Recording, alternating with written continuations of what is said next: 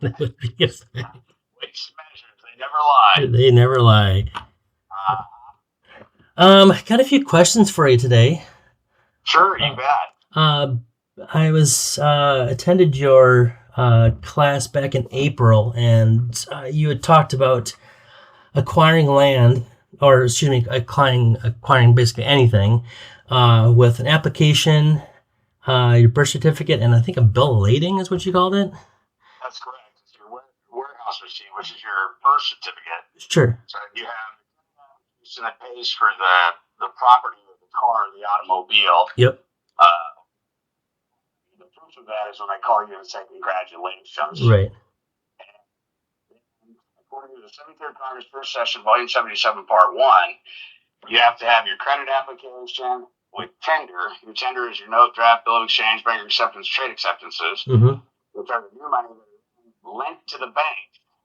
And turn around and take them to the comptroller of the currency to get Federal Reserve notes. However, when your transaction is for household consumer goods, under Reconstruction Act, or the Reorganization Act of 1871, and then, of course, 1933, changed the Trading with Money Act of October 6, 1917. It's only been modified one time in history, and that was in 1933 from March 4th to March 10th, which is obviously the national banking emergency, right? Right. So the other thing they amended in 1933, March 4th through March 10th, was the Federal Reserve Banking Act. And then they changed out 402 in the Federal Reserve Banking Act, allowing you to be able to codify that the Federal Reserve notes would only be for bank-to-bank transfers and for no other purposes. Oh, sure. Okay. So your credit application is what acquires the property. Yep. And what they do through some misleading, deceptive trade practices is they lay either a mortgage in front of you or they lay a retail installment agreement in front of you. Right. Neither of which you have to enter into. But they tell you, okay, well, the process isn't finished. Come on down here, and we got some more paperwork you got to do. Sure. At that point, what they're doing is selling you a service or a product that they provide for you that isn't necessary, and they're covering it as though it's part of the transaction, but it's actually a secondary transaction, wherein what they want from you is for you to pledge your new collateral asset. They don't care about your promissory note. In fact, it's just a bonus to them. Sure. What they really want is to pledge the house or the automobile so they can turn around and recycle it if you default on the alleged loan. So what you're really doing with the bank is you're going into a cooperative business agreement where you become joint business venture partners in a capitalistic market where they are pledging your credit worthiness along with the asset that you have already acquired through the credit application. Sure. Because under Title 15, 1691, you cannot be denied an extension of your credit. Right. And the reason for that is in the 73rd Congress, First Session, Volume 77, Part 1, they mortgaged everything. People focus on the gold clause like a raccoon in heat. They focus on the shiny shit. Sure. And that's not the important part. The important part is what preceded that afterwards, where they talked about they mortgaged everything, and it will be a mortgage on the nation backed by the full faith and credit of the people of the nation, which is why we have the special drawing rights to acquire anything that we should need, because we gave them the ability to do international business. Okay. Now, governments, bills of exchange, bankers' acceptances, and trade acceptances are only good for internal domestic use. You can't go write an instrument to go buy a place in Japan. It's not going to work. Oh, sure. It's for internal use. Okay. When they took the gold, it was for doing, for buying and purchasing things outside the country because nobody wanted the worthless paper. Sure. So that's why they took the gold. They ran out of gold reserves. They couldn't do international business anymore. They violated the Fourth Amendment when they took we the people's gold. That created a trust, making them the trustees and us the heirs and beneficiaries to the trust. They, through unlawful conversion, switched positions with us, by going into collusion with the banks. A lot of people said that the Federal Reserve Banking Act of 1913 that was manifested in 1910 on Jekyll Island and then enacted in the wee hours of the evening on Christmas. Typically, when Congress is gone, is when I do these things. Sure. Christmas, these holidays, in the wee hours of the morning, midnight, 1, 2, 3 in the morning. Sure. They have a couple people sign. So essentially, what happens is, as soon as you do the credit application, which cannot be denied an extension of your credit, in 1692K, it tells you if they do deny you an extension of your credit, what your civil recourse is, and it's damages plus your precious value time commodity if you're denied. Okay, sure. There's nothing that requires you to enter into a mortgage. So one of my buddies went and got a $1.2 million house, and when called him, they said, "Oh, come down here," and it was like 4:30 in the afternoon. They're like, "Can you get down here? You know, we got to button this up." And they tried to make it seem like it had to be done that day, or it couldn't be done at all, and the whole thing would be foiled. Sure. So what he did is he went on down there in quite haste, and when he got there, he said, "Okay, all right, we got everything. We got a notary here. If they make it easy, it's sleazy, it's probably cheap, and it's going to cost you in the long run. Instant gratification will always fuck you up in the long haul." Right. So he walked in there, and they had all these papers stacked up on the desk, and they're like, "Okay, so what we need is an initial here, an initial here, signed by the X." And they kept flipping through papers. "You're going to sign here, you're going to sign here, and we'll just do this with you. And we already have a notary on deck, and we're good to go." And he said, "Well, what is that? Is that legal paperwork?" And they all kind of paused and looked around the room at each other, because he said there was three different people in there. In the office, and they said, "Well, what do you mean?" He goes, "Well, if that's legal paperwork, you know, can you guys explain that to me? What exactly it is?" Now, he's already bought properties in the past and stuff, so he already knows what this documentation is. Sure. But now, if they fail to disclose a material fact that that's legal documentation that comes with legal consequences, and they're not going to disclose that information to him, it voids everything. Okay. Well, at that point, one of the people in the room was pretty crafty and pretty intelligent and said, "Well, sir, we can't give you legal advice." So he says, "It is legal documentation then, and it does come with legal consequences." They're like, "Well, sir, we're not really sure. This is just how we do things. This is just bank policy." Well, bank policy is not law. Right. Okay, so at this point, they're being omissive, because whether they know what they're doing or don't know what they're doing, and I've talked to bankers who've honestly never read any of the documentation that they have people sign, which I find absolutely fucking preposterous. Right. But Derrick, I've never read that paperwork. The lawyers give it to us. This is just a process for which we go through that we're instructed, and this is how we do it, because everybody's compartmentalized. Oh, sure. So anyway, he said, "Well, where's my deed? You guys called me saying congratulations, I was approved. So where's my deed?" And they said, "Well, sir, you got to fill out these paperwork. The process isn't done. We can't give you the deed yet until you finish the process." Well, the problem is, the second they say congratulations, you've been approved, an electronic fund transfer has already happened, and the title insurance company that holds the escrow open for the transfer of the funds already has the funds in their constructive possession. Okay. And so because he already knew that, the issue was that they were trying to coerce him into entering into a secondary transaction without disclosing the material facts of the nature and cause of the transaction. Sure. Wherein they were trying to get him to pledge his collateral as security for a secondary conduit loan through a retail installment agreement. Okay, sure.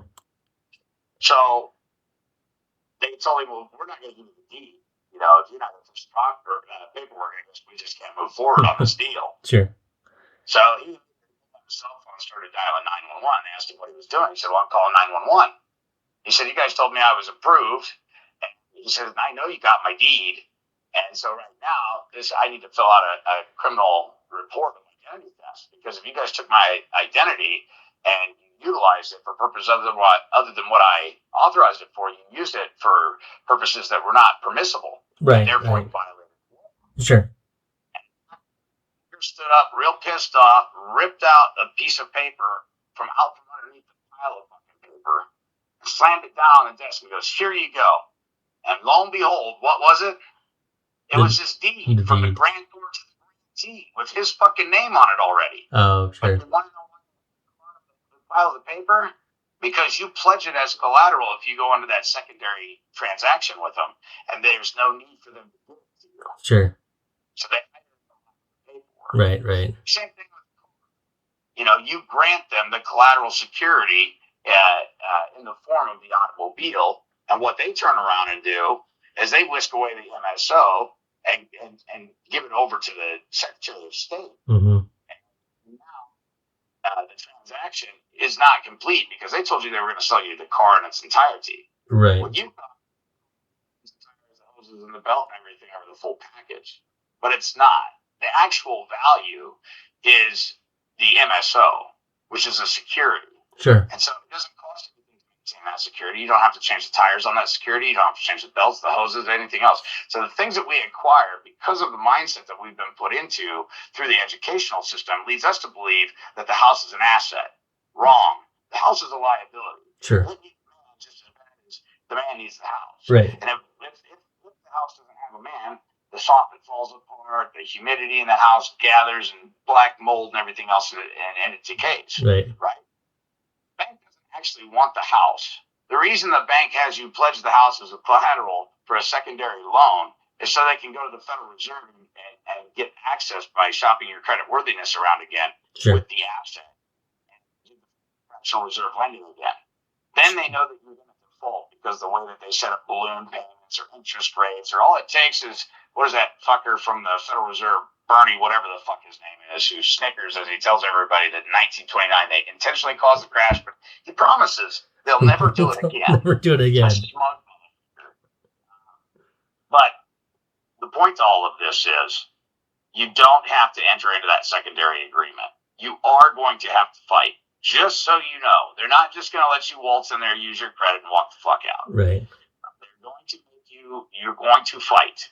And why my buddy didn't have to fight over this $1.2 million house is because the transaction had been done. He didn't enter into the secondary contract. He made the phone call to the cops. The second they realized he was calling 911, they're engaged in money laundering, securities fraud, and a number of other things. Right. Private intellectual property for purposes other than what he intended for, and at that point, they're in trouble. Sure. So what ended up happening is he walked out. He took it and left. Sure. He went down because the bank doesn't give you the keys to the house. It's the title insurance company. It's not even the title insurance company that gives you the keys to the house. It is the realtor that gives you the keys to the house. Oh, sure. So the bank has no standing. And this is where the whole scheme evolves. Because it used to be back in the day, you would buy a property, you would talk directly to the seller of the property. There was no middleman. Now, what you have is two securities intermediaries. One is the banker, and the secondary one is the title insurance company.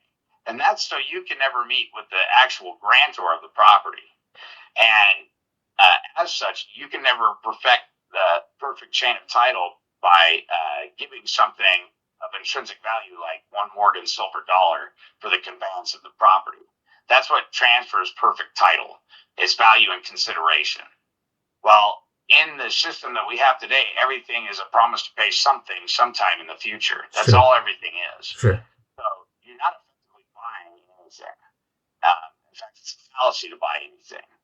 But here's the other kicker. The title insurance company lies as well, because they tell you that it's free and clear from any and all encumbrances, but they don't tell you about the federal super top secret lien on all real estate property, which is exactly what is expressed in the 73rd Congress First Session, Volume 77, Part 1, when they say that it will represent a mortgage on all the property of the nation by the full faith and credit of the people of the nation. Okay, sure. So that's why you can't have a lien on your property, because they're barred from doing so. Plus, they don't have any skin in the game, which means they're the holder, not the holder in due course. Sure. So there's a huge discrepancy there, and so we have to understand trust law to really comprehend the best way to move and how to function. But essentially, you're giving them valuable property of yours through your signature and authorization. And concern are your securities intermediaries that are just entitled to a transfer fee. That's it. Right. The government guarantees them a transfer fee. So once they're approved, it's a done deal. According to the 73rd Congress, you got to have your credit application, your tender, which is the promissory note, and your bill of lading, which is the receipt. And 40 statute large 411 section 7E, it clearly articulates that birth certificate, when recorded with any official, is power of attorney. Okay. So that makes you the attorney in fact on behalf of the principal. Okay. Because all debts are obligations of the United States. Sure. And you don't find that in Title 18, subsection 8. Because Title 18 is not enacted into positive law. Where you find that is the 73rd Congress First Session, Volume 77, Part 1.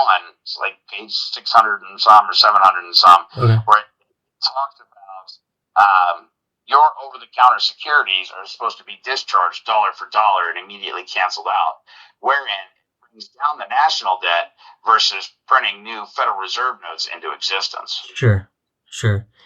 Are we having should we be recording our authenticated birth certificate with the county recorder? You most certainly can. There's nothing that stops you from that.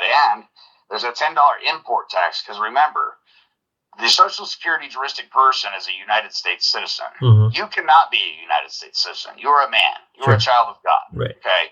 And so we have to understand that. And a lot of people struggle with this because there's a difference between you as the man and the entity for which they create, for which they control. Sure. So he who creates is master, and they only have control over that which they create. Sure. And so they created United States citizens, juristic persons, trust, S corporations, cooperative agreements, things of that nature. Sure. And so they have jurisdiction over that, which is exactly why we created the Congress in the first place, or the government, was to protect our peace, our prosperity, our general welfare, and our property. So that's why the Fourth Amendment says that we have a right to be secure in our person, houses, papers, in effect. Persons is a peculiar statement if you really don't understand what they're talking about, but you obviously do. Persons means every time you fill out a credit application, you create a new juristic person, a new account somewhere. Sure. And after 1933, after Proclamation 2039 and Proclamation 2040, every place that you fill out an application is a financial institution. People don't understand this. Walmart is one of the largest banks throughout the world. It's in every nation, and it's one of the largest banks in the world. And most people don't grasp that concept or understand what I'm talking about because they were never taught civics. So under Proclamation 2039 and 2040, everything is a financial institution. Okay. As such, that means every financial institution accepts negotiable instruments. Okay. Because otherwise, it would be in direct violation of public policy. It would be in direct violation of Statute at Large 40, Statute at Large 411, Section 7E, which tells you, and again, I'm not sitting in front of the computer, this is all just off the top of my head. I've been doing this for so long. Yep. 40 Statute at Large 411, Section 7E tells you any rule, regulation, proclamation, declaration made by the President of the United States has a full force and weight and effect of the law and is automatically a full acquittal and discharge to anyone making the same. There is no such thing as legal tender after 1977, and the courts ruled that. In 1977, there is nothing of value back in the currency, and therefore, there's no such thing as legal tender, and the only thing that is required to satisfy an alleged debt is to tender the same instrument that once created it. Okay. I'm following you there. Okay.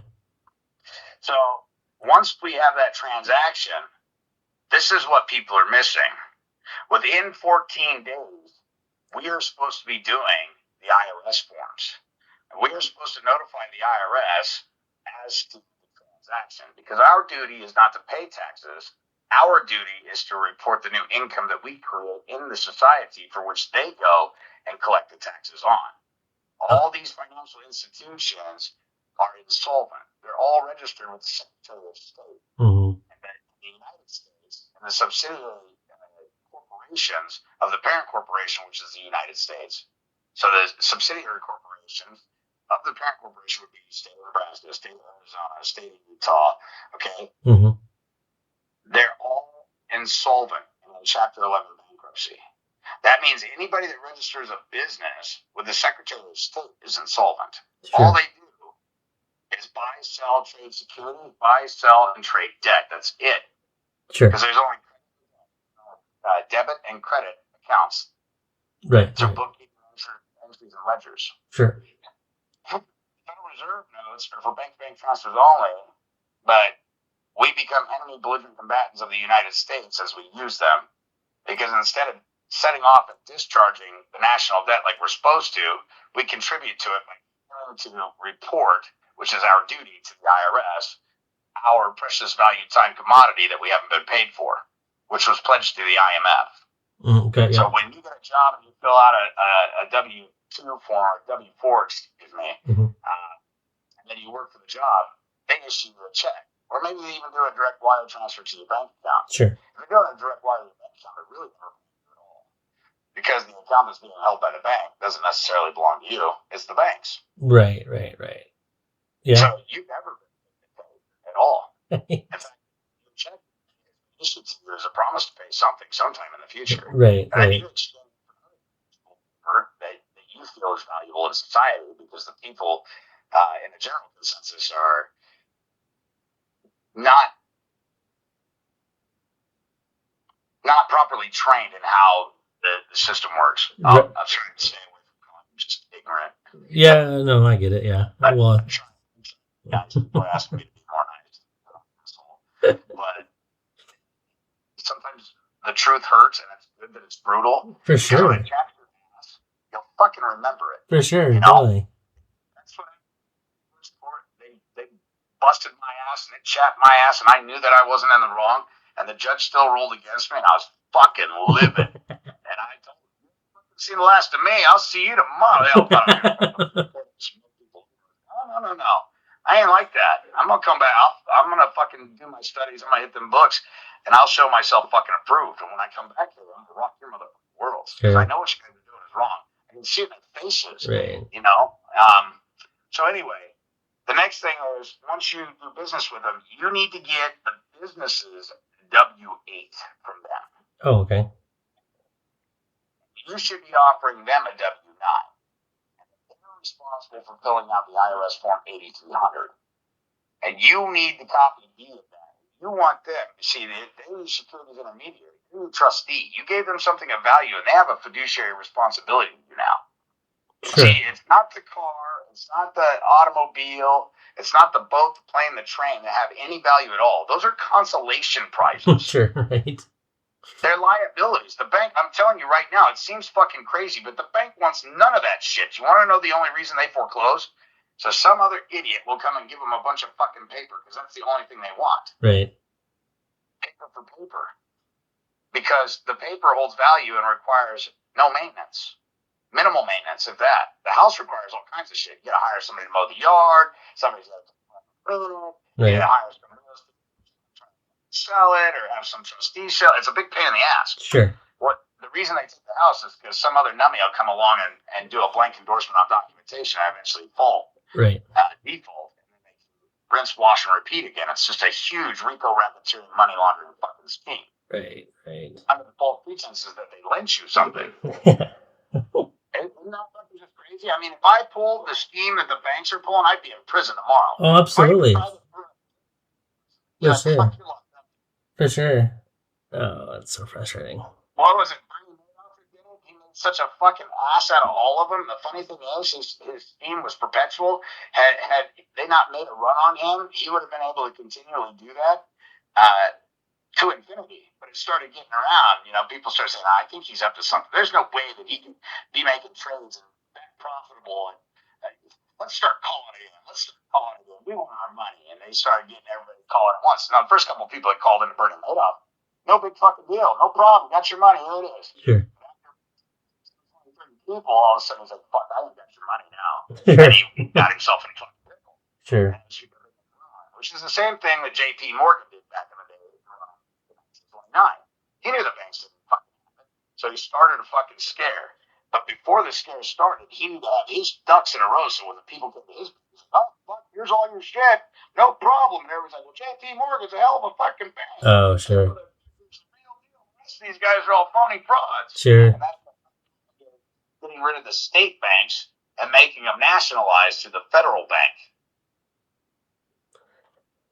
So, with that being said, it's a matter of knowing the law. And on all your instruments, 40 Statute at Large 411 Section 7E seals the deal. Okay. And you're not doing a blank endorsement. You're telling them, pay to the order of the United States Treasury. Oh, okay. Mm-hmm. So, should we... Okay, so the bill of exchange should... if I have an account with American Express, should I be making the bill of exchange out to the U.S. Treasury? Yeah. Okay, so I have an account with American Express, right? And I want to use the bill of exchange to offset and discharge the account. Instead of making the bill of exchange to American Express, should I be making that to U.S. Treasury? You can make it to American Express. Okay. And most recently, we just did this not too long ago for $5,300 for another guy. Okay. And they sent him the security and the coupon voucher. Now, there's a misnomer that you disconnect the voucher at the bottom of the security, but when you do that, you damage the instrument. Sure. So you accept for value the security on the top, and on the bottom, you fill out the voucher just like a check, flip it over, endorse it, pay to the order of, and you can pay it back to the order of Bank of America. Okay. Now, and this, you really have to pay attention to words. These motherfuckers are wordsmiths. The people that are in the office don't realize what they're doing. These are pre-generated letters and stuff. Right, for sure. But I've been at this for so long that words jump off the fucking page to me. Words have power and they have meaning. Sure. So this is what American Express told me. We do not accept that form of payment. Mm-hmm. Now, what did they just say in that statement? We do not accept that form of payment. They acknowledge that it's a form of payment, but they don't accept that particular one. Exactly. And right away, because we know the principles of equitable maximums, we say an offering of tendering a payment made and refused liberates the debtor, because they're saying that they will accept any form of U.S. currency, and the bill of exchange is a form of U.S. currency. And the evidence of that is, if we go to the Title 26 in the IRC code, it clearly points out that they accept bills of exchange, which is exactly what you just created with that negotiable instrument. You accepted it for value, you're returning it for the same, you endorse the bottom of it, the security and the voucher are still attached to each other, so it's got the full value, it hasn't been discounted. See, when you ripped the voucher off the bottom, you've discounted the security. Oh, okay. And I was making those mistakes in the beginning. We stopped making those mistakes and things got a lot better for us. Okay. But the fact that they admit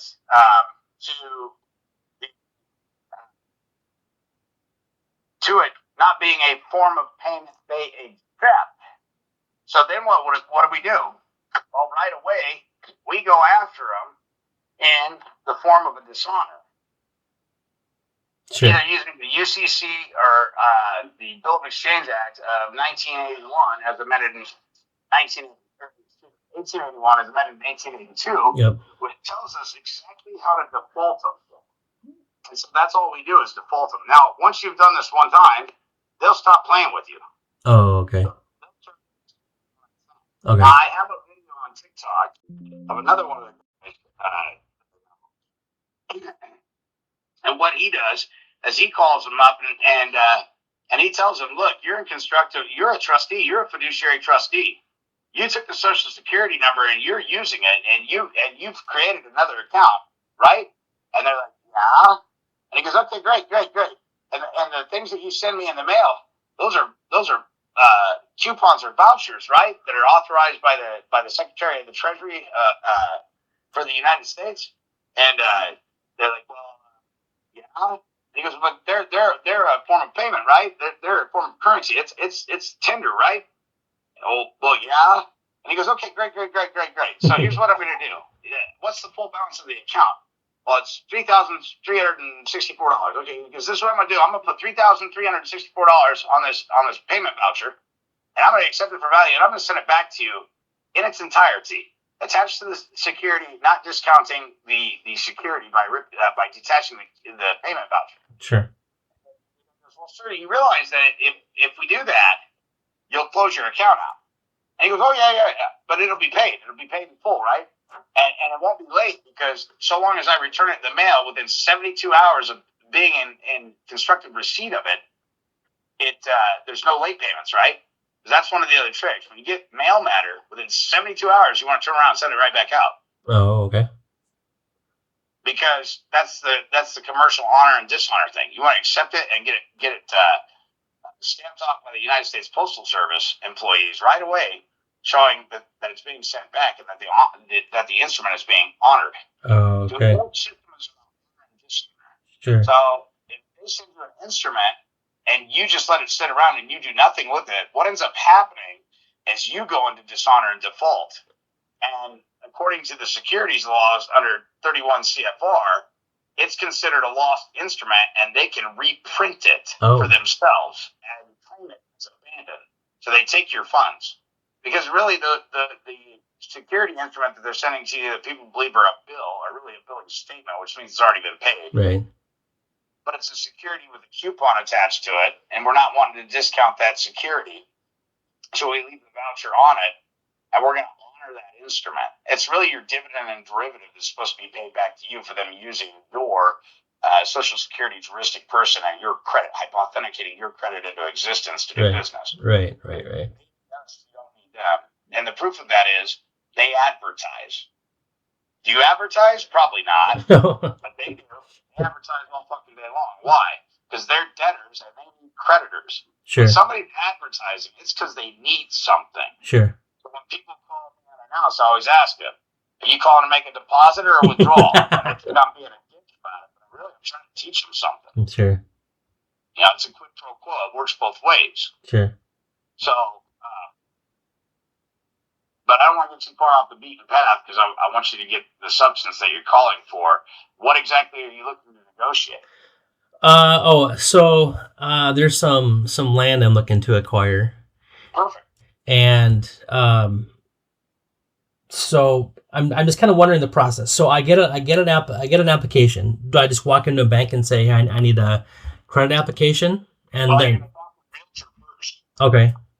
The realtor, you need a purchase order. You need some type of agreement. Yep. Okay. See, the agreement is what you can turn into the negotiable instrument. Oh, okay. They want fine. Go ahead and put the purchase order together for me. Well, we need 10% down. Let me tell you right now, billionaires don't put 10% down. Sure. Billionaires say fucking the purchase order, and if we like the terms and conditions, we'll just go ahead and seal a deal. Oh, okay. You're well to imagine. Oh, for sure. People struggle with is they don't understand that because they've been living their life. They go so off to work they go. Right. They don't realize that account and that birth certificate is what was pledged as collateral security to invest in the stock market to the tune of millions of credits on account. It's not millions of dollars because dollars is a finite amount of silver and gold. They don't owe you silver and gold. Right. They owe you an unlimited amount of credit because we unlimited amount of debt. Okay, sure. So you're going to talk to the realtor. Yep. And you want the purchase agreement and cash buy order for the property. Okay. I'm not in contact right now, but I need to go talk to the bank about it. So I need all the finite details. Sure. Cash buy order. Yep. And you tell them that you want to negotiate the instrument for the value of the property, and you want the over-the-counter security to be applied to the principal balance and zero balance the account. You're not looking to have any transactions. You're not looking to go into cooperative agreement with these people. You're telling the bank that this is for a private consumer. It's a private household consumer goods transaction. Sure. Not commercial. So here's the three things you got to watch out for, because this is what they always want to convert your transaction into. Because once they convert it into commercial, agricultural, or industrial, there's a different set of rules. But if it is private household consumer goods, and for no other purpose, it's to be extinguished dollar for dollar. Okay. Yep. And And that's where people are making the mistake. They don't qualify their endorsement saying this is for private household consumer goods. It's not a commercial, industrial, or agricultural transaction. This is for my private abode. Sure. Mm-hmm. Yeah, I'm telling you now, I'm not saying this. You walk in there and they're just like, oh, yeah, no problem. Come on And in. they don't like it. Right. They're making 100% profit. Plus, they're able to fractionally reserve land off your over-the-counter security that you don't claim. Right. And we're never intelligent enough to get a receipt for it, which is the problem. See, you get a receipt for your 25-cent pack of gum or your $1.50 can of Coke out of the gas station, or even your $50 worth of gas. Sure. Did you get your fucking receipt for your $250,000 promissory note for the house? No. No. And here's the other thing.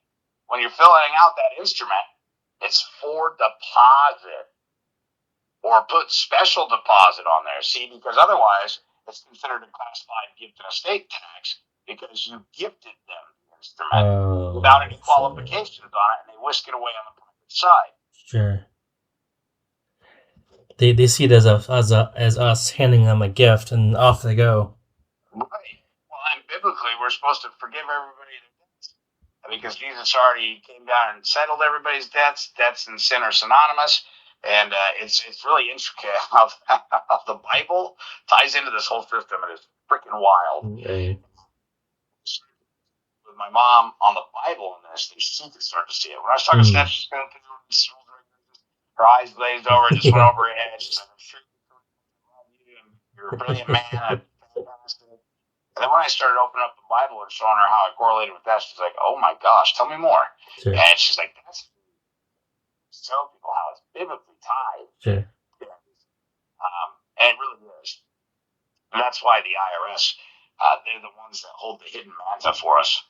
All we have to do is make an observation, create a record, and report it to them of the new monies that we create into the economy so they can go suck it out of the economy. Okay. And we do that. We do that through a 1099 form, correct?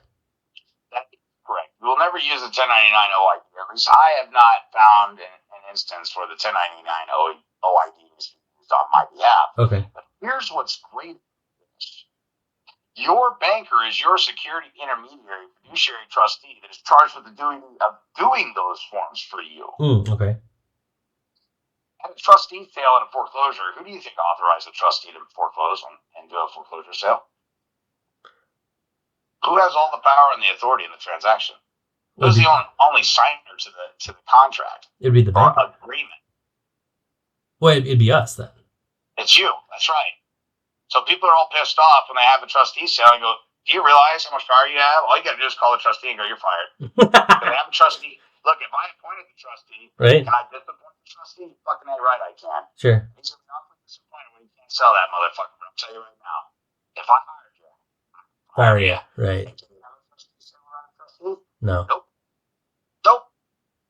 Puts the sheriff in an awkward fucking position. Tell you what, you sell that son of a bitch now, I got you lock, stock, and barrel, buddy. I got your balls in a vice. Sure. Because you are without a trustee trying to effectively sell a property without the trustee. Because we've done a dissolution of deed.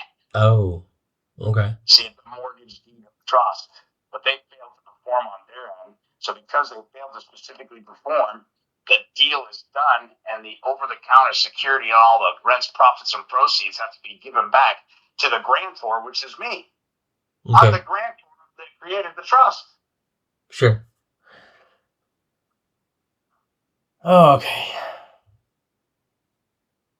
But what you want to focus on is the fact that you're making a deposit, and you need a deposit slip, a receipt, with your over-the-counter security identification. A credit application shouldn't be blank. We need to know all the numbers from the realtor so we know exactly how much credit we're applying for. Okay. Because what ends up happening, I go, yeah, sure, fine.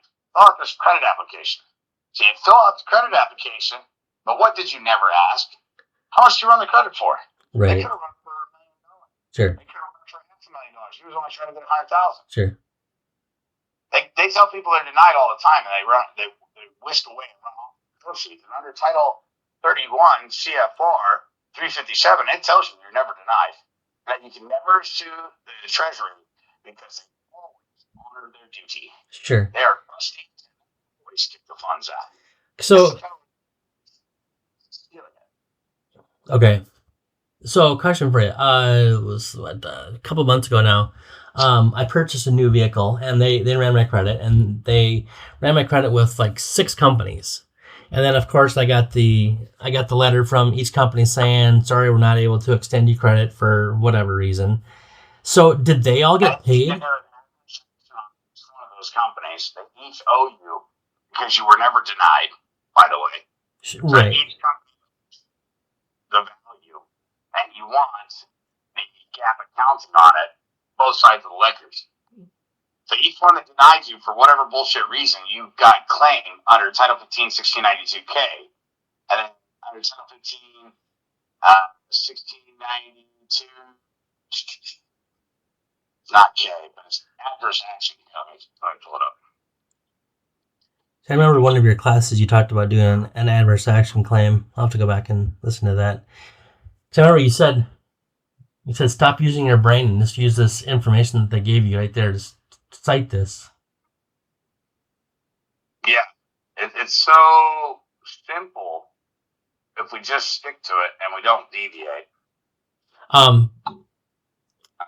How long do I have to get that adverse action out?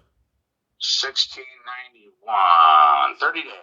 Oh, okay. All right, it's long. It's not been longer than 30 days. Oh, let's see here.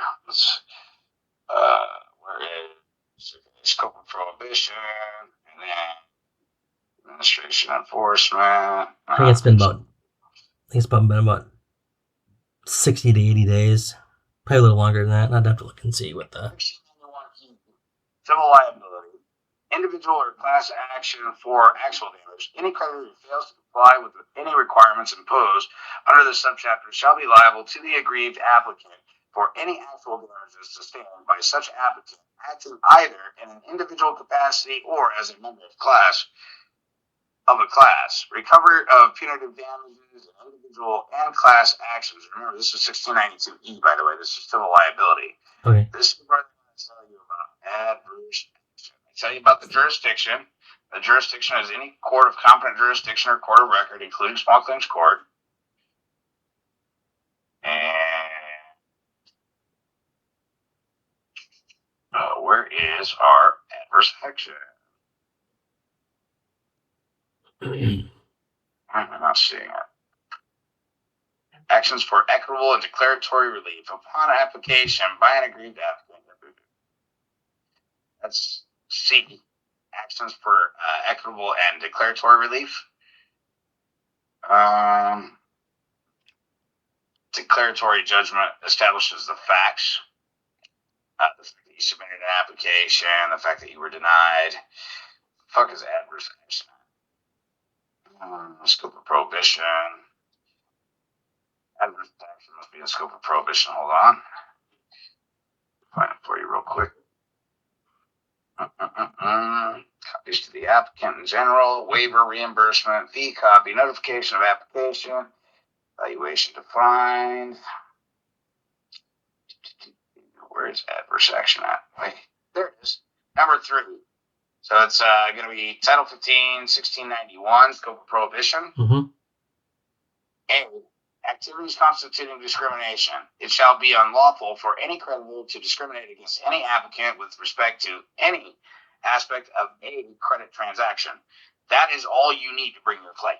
Oh, okay. Don't expand on that hyphen you see at the end of that on 1691E. Mm-hmm. Or 1691, excuse me. Yep. That dash that you see at the end, or hyphen, what that is a full stop. It doesn't say without limiting the foregoing, the following is, okay? So it's a full stop. Okay. So they just use activities constituting discrimination. Your Honor, says it shall be unlawful for any, and I stress any, creditor to discriminate against any applicant. Any means all, right, Judge? Yeah. Are we all in agreement? Any and all synonymous? Yeah. Okay. Any applicant with respect to any means all, right? We're all still in agreement. There's 3 any's there. Knowingly, willingly, and intentionally, right? We all agree. Any is all. Aspect of a credit transaction. So if they denied me because I had toilet paper stuck to my right fucking shoe, guess what? I still have an action, an adverse action. So we go down here to adverse action, and it tells you in 1691,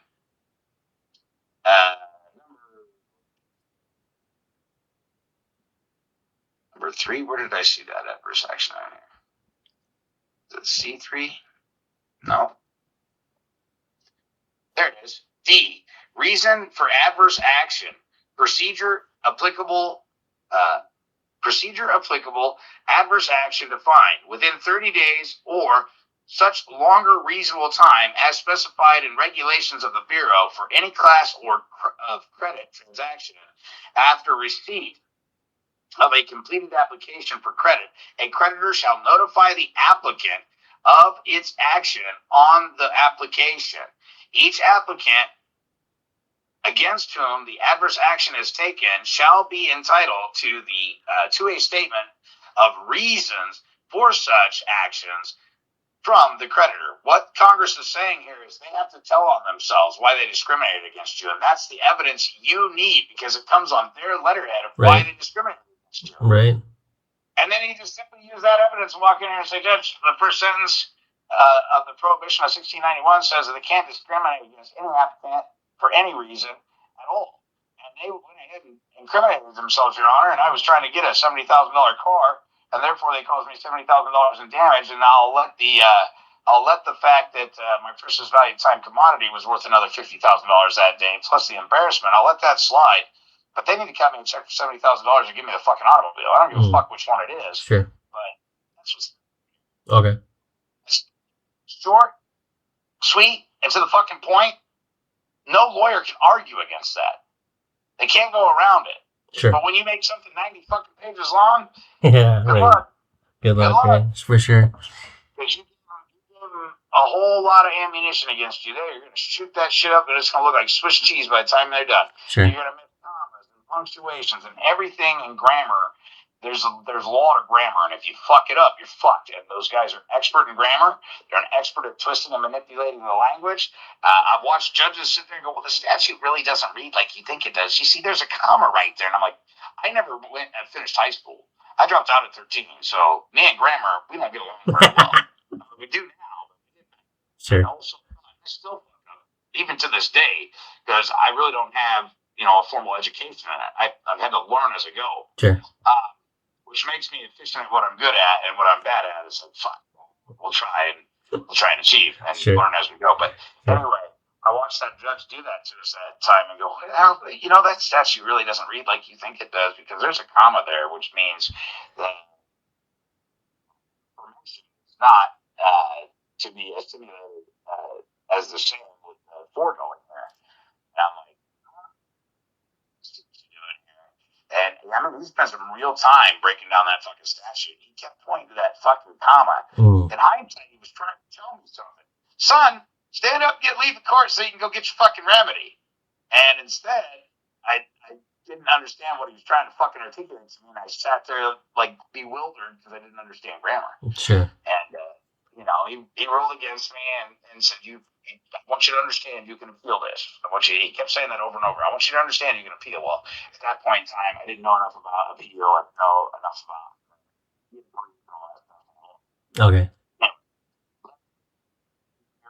Yeah. Short, simple, sweet, to the point, simple, stupid, you will walk out with a fucking check. Sure. Okay. And when Congress. Right. Congress is the one that's... Sure. Right. True. So just ask them about how they feel about the 14th Amendment. And they'll say, well, that's a political issue. That's Congress. Congress can decide that. Oh, sure. The 14th Amendment was never properly ratified. Right. And they use it under the War Powers Act to steal, lie, loot, plunder, and pillage the American people. So basically, I'd have to bring suit against everyone that send me an adverse action letter. Well, you need to notify them and tell them that they need to tell you why, and you need it in written form with their letterhead. Okay. if you put them on notice that it is your intent to bring suit in ELDC, if they can't prove discriminating against you pursuant to Title 15, 1692A, and you write that sentence down, Sure. and use that information to the contrary, under the pains and penalties of perjury under drug, they did not discriminate against you. Now, what will end up happening is, more than likely, all those companies, their underwriters will call you up and say, hey, no, we made a mistake. You were approved. Oh, You were okay. approved. Now, all of a sudden, that's 6 agencies that you were approved by. Well, that's all right. I'm glad we were approved. Why don't you just go ahead and send those funds over? Electronic fund transfer those funds to this bank account, because another has already fulfilled the obligation. So Sure. now that we know that we're Oh, sure. That makes sense. there's all this meat on the bone. Look, the national debt is in the quadrillions. Right. Quadrillions. If the people really understood what the national debt was, they'd be shitting themselves. Right. It's quadrillions. Right. Now, we got a bar association member out of Silicon Valley. Imagine that. Oh, yeah. Shocker. Shocker. If somebody that's all it is. Oh, you see them numbers go whizzing by? Sure. Like they're in a DeLorean getting ready to go back into the time. Yeah. Future. Right. Okay. Then the next thing you get to do is you get to get all the equal tax expanding changes in there and get them to remove those hard inquiries off of your credit report because it's not supposed to be there. And when you really learn this, you don't give a shit about the credit report, but it gives you, by cleaning that up, it lets all the other bankers and stuff know, all the other creditors know that when you're doing business, okay, when you're doing business, they know not to work with you. They won't play with you anymore. So they're going to start to see you've got settlements, you've got paid out. They're not supposed to be communicating from one financial institution to the other. Come on. Like locker room talk. Sure. Yeah, I went out. Sure. Sure. So that makes sense. So they definitely communicate with one another, but you want to clean that up. And as soon as you clean that up, then they realize you know how to handle your own affairs. They treat you differently. Now they're not fucking running around pulling game on you. Sure. So the main over-the-counter security is for special deposit for a specific purpose. You didn't grant that to the bank as a gift. Party, okay. It wasn't your intent to open up accounts payable and accounts receivable.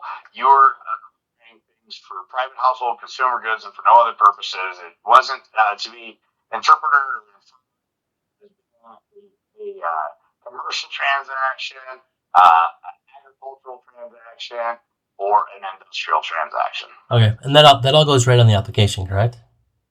Yep. Okay. You can put it on the application, you can allonge it to the note, you can, however you want to do it. Allonges work best. You know, you say, hey, you send this application out, I want these people that, you know, because it goes to a loan officer. The loan officer is compartmentalized. He doesn't know fucking his ass from the hole in the ground. For sure. He knows nothing about the law. He just has these parameters. If you don't fit that little fucking box, that little square peg hole that he's got, then you just get denied. Sure. Well, then you call him. You made a mistake. You pass me up the chain of command here because under 1691A, I can't be denied. That's discrimination. Sure. Well, okay, hold on. I talk to somebody above me? Absolutely. And so I've had friends that we got in cars at the car dealership. Normally it takes a couple days because they deny you and then you go through the rigmarole of communicating with or through the mail. And if you go through the mail, it might take a couple weeks to get everything out. But if you get on the phone and you're fluent enough, the underwriter right away will say, well, no, we know exactly what you're doing. Okay, no problem. We just didn't understand the nature of the transaction. Okay. We thought this was commercial. See, they're so used to doing everything commercial that when you throw a curveball at them, they've been trained about it, but they've never really done one before type of thing. Sure. Hold on, I got to call my my boss above me because I know about what you're doing. I've just never done one before. I'm kind of excited. Great, that's fantastic. Sure. Now I'd like you to be my point of contact when I need an underwriter. Oh, sure. In all actuality, you're really underwriting things. But if you do a blank endorsement, then they need an underwriter because you didn't do the underwriting. You didn't give them the instructions. Sure. You didn't tell them the nature and cause of the transaction and how it was to be handled. Right. So my first point of contact would be with a realtor, right? To yeah, get a cat fly order. They're advertising it. Typically, they advertise it with the pictures and everything, and how much, and what the taxes are, and what the benefits and perks are, and all that good stuff. Whether it's got water rights, this, that, and the other. Sure. And that's what you can convert at the bank into a bill of exchange. Oh, okay. Or you can accept it or not. So that's an offer. And remember, it's hard for people to see this. In this realm, everything is paper for fucking paper. Right. A check can be an 8 by 11 piece of paper, 4 inch by 8 inch fucking rectangle. Sure. Credit access device can be anything with your name, address, last four of the social, date of birth. Doesn't even have to have all of that information to be a credit access device. Okay. That's why we're supposed to be really careful with putting our name on paper and dating it and stuff like that.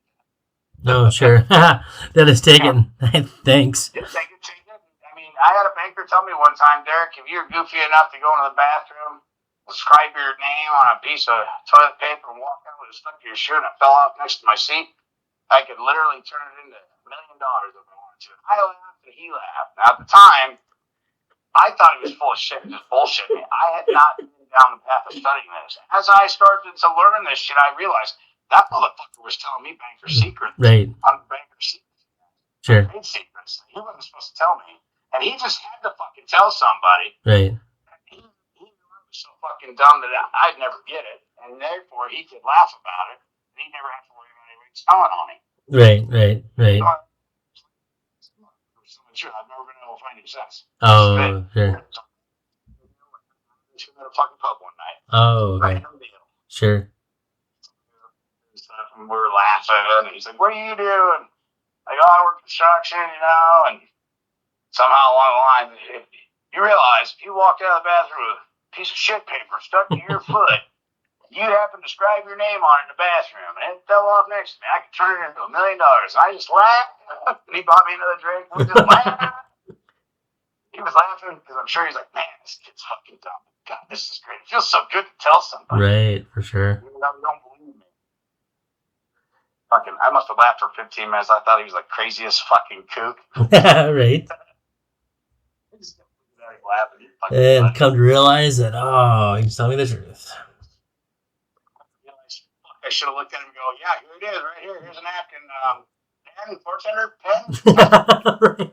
You can keep 50%. Let's do it for $10 million. Right, for sure. Across the board, everybody wins. For sure.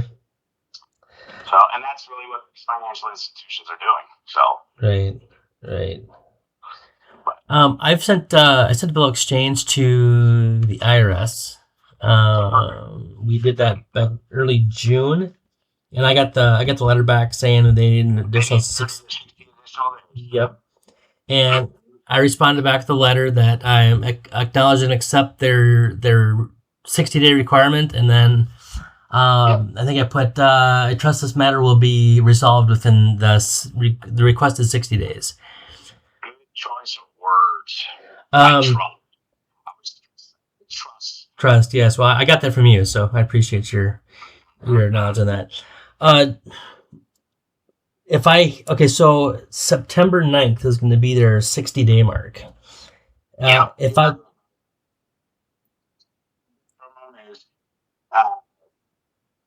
the account has been settled or made a mistake, keep this for your records in case anybody else from our office should inquire.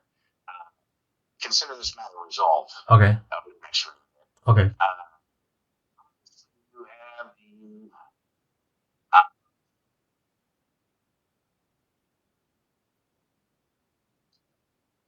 obviously you have the IRS address that got sent to, right?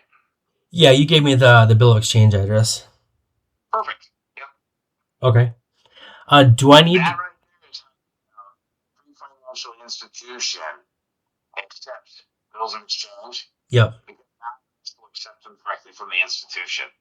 They don't accept Oh. promissory notes. They don't accept a number of other things, but they always accept bills of exchange. So when any other financial institution says, well, we don't accept that as a form of payment, you know they're full of shit because they could directly send that to the IRS, and the IRS would absolutely accept it. Sure. Mm-hmm.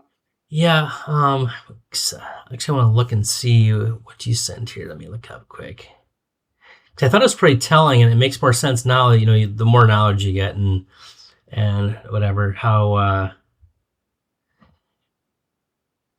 this makes so much more sense. And write this down under Title 12, United States Code 83, Mm-hmm. loaned by bank on its own stock. No national bank shall make any loan or discount on the security of the shares of its own capital stock. In other words, it can't loan you anything. Oh, right. Title 12, United States Code 1431. Sure. Okay. Okay, because that's the duties of the bank is to pay interest and borrow money, right? Borrow. Yep. Borrow. Yep. So right there in borrow. Sure. These are the borrow. Doesn't say lend. Doesn't say extend loans. Doesn't say extend credits. It's borrow. Right. That's all it really needs to go. Sure.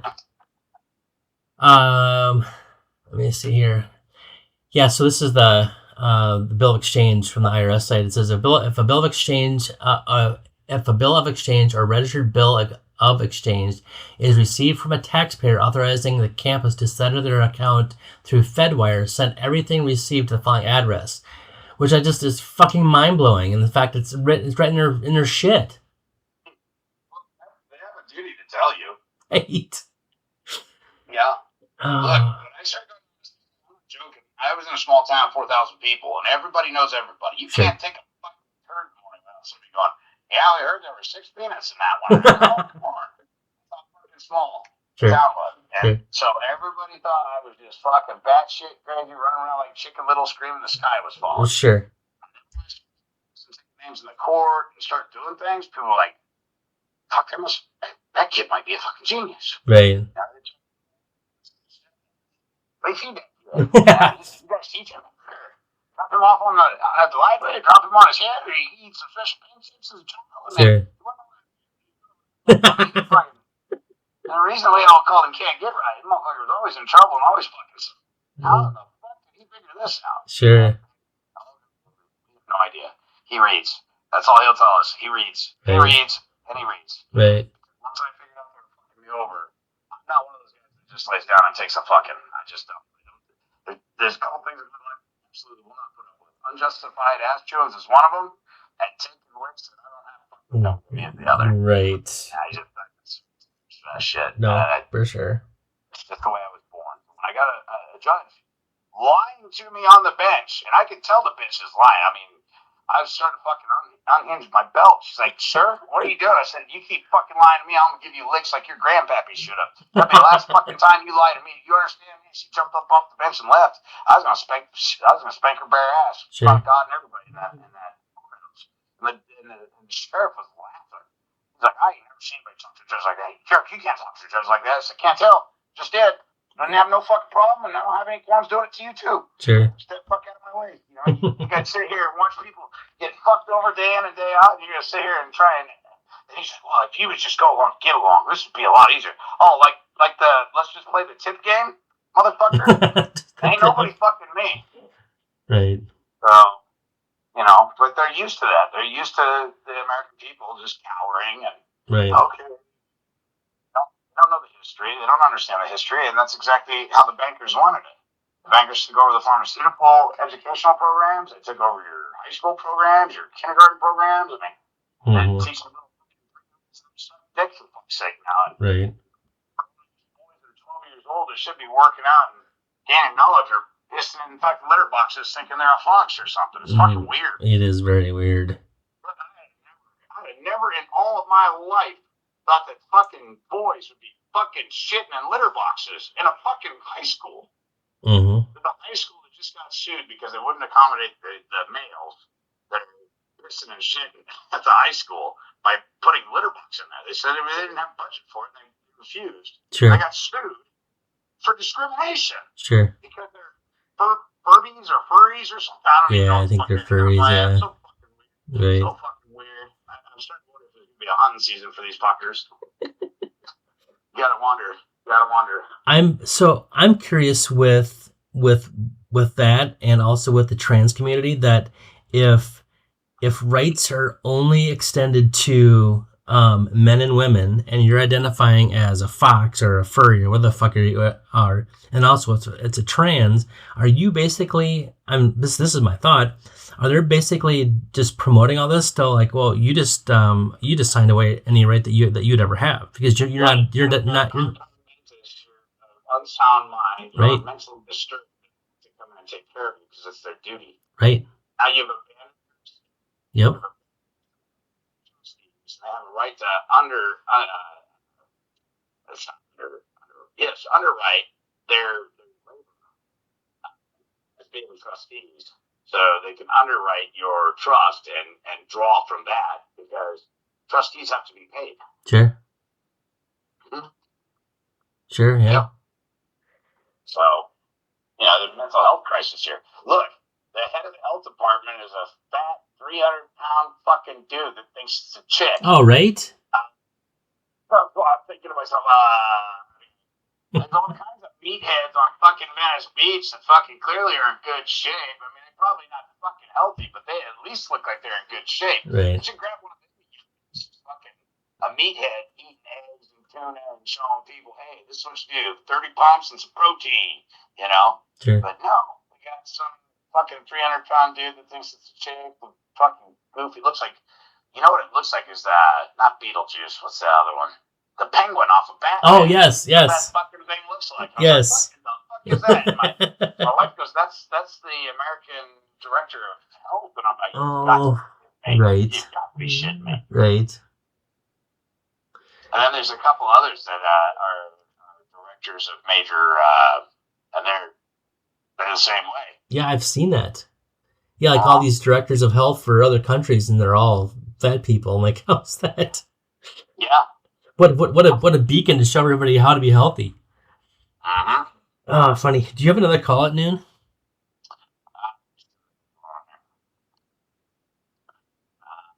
Let's see. Yes, I have. Okay. Yeah, I'll go and cut you loose. Question for you. Well, I get tons of questions. Always for you, Derrick. Come on now. I'll have to book another time with you. Just stay steadfast and make sure that we void where prohibited by law and done in good faith. Insulates you.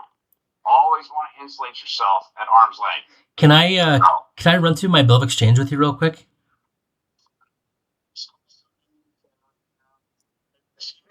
I'll just book another time with you. How's that? Okay. Yep. You've already done one bill of exchange with the IRS. It's the same thing. Okay, same thing. Okay. You're just converting their instruments into bills of exchange, or okay. You could draft it just the same. Okay. So. Okay. Gotcha. Okay. All right. Appreciate you. Yeah, see you, Derrick. All right, bye.